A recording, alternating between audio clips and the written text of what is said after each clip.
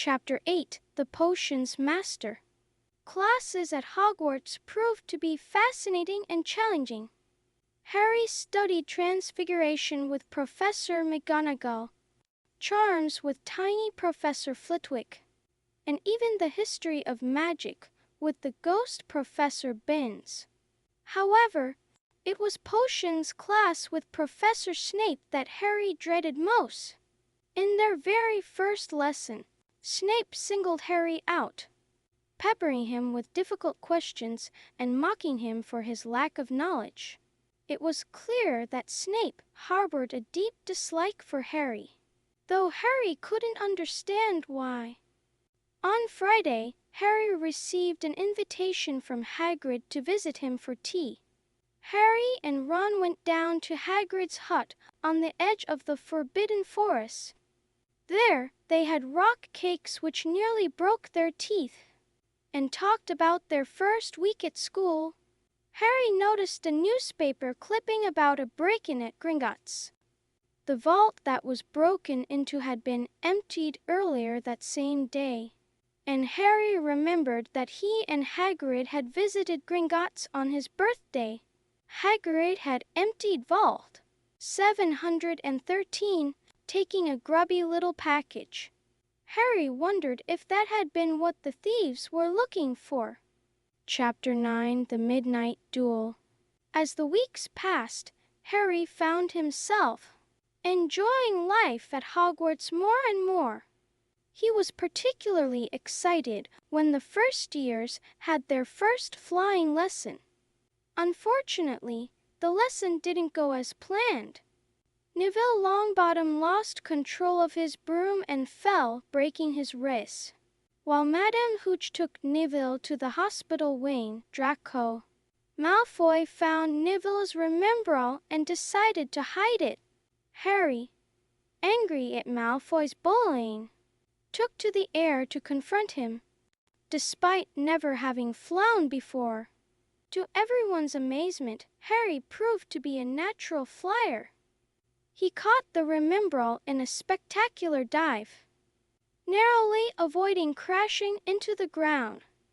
Professor McGonagall, who had witnessed the incident, was impressed by Harry's skill, and instead of punishing him, recommended him for the Gryffindor Quidditch team as their new seeker.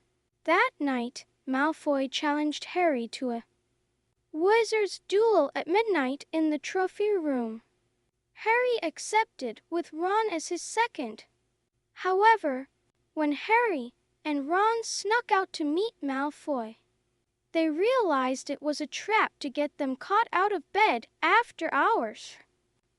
Fleeing from Filch, the caretaker, they accidentally entered the forbidden third-floor corridor and encountered a monstrous, three-headed dog standing guard over a trapdoor, safely back in their dormitory.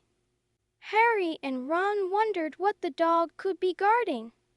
Harry remembered the package Hagrid had retrieved from Gringotts.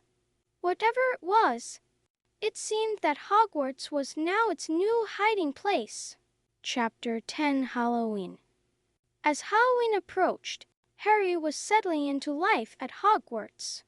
He was excelling in his classes, particularly defense against the dark arts, though the teacher, Professor Quirrell, was rather timid, and his classroom smelled strongly of garlic. In Charms class on Halloween, they learned how to make objects fly.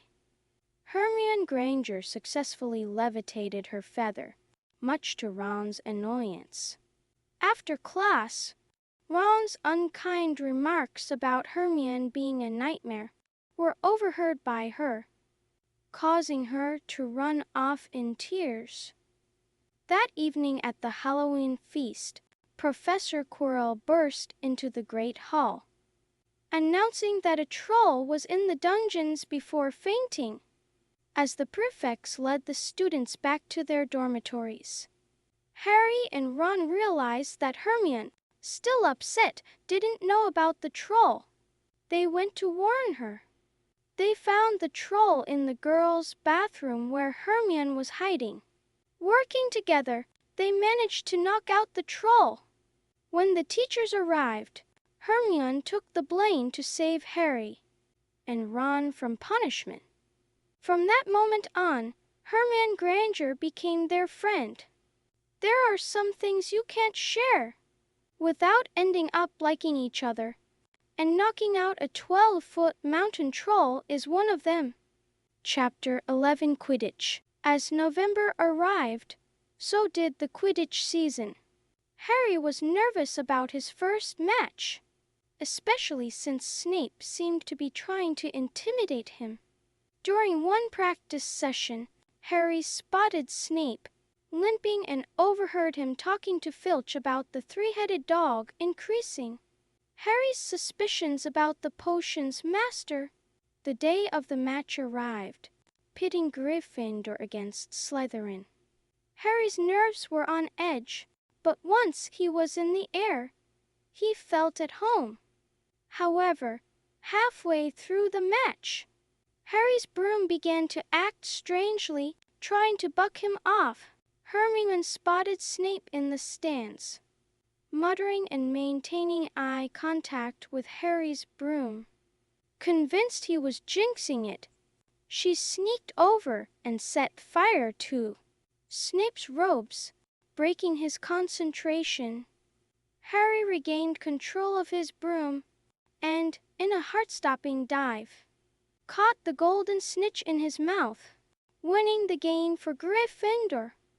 After the match, Hagrid accidentally let slip that the three-headed dog, Fluffy, was guarding something that concerned Dumbledore and someone called Nicholas Flamel. Harry, Ron, and Hermione now had a new mystery to solve. Chapter 12 The Mirror of Erased. As Christmas approached, Harry decided to stay at Hogwarts for the holidays. On Christmas morning, he was surprised to receive presents, including a hand-knitted sweater from Mrs. Weasley and an invisibility cloak that had belonged to his father. Using the cloak, Harry explored the castle at night. In an unused classroom, he discovered a magnificent mirror.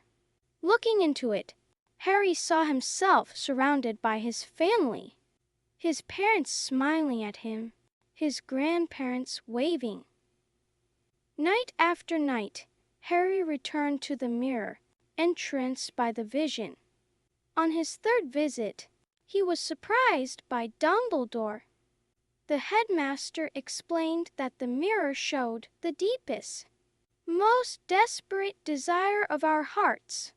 He warned Harry not to dwell on dreams and forget to live, and informed him that the mirror would be moved.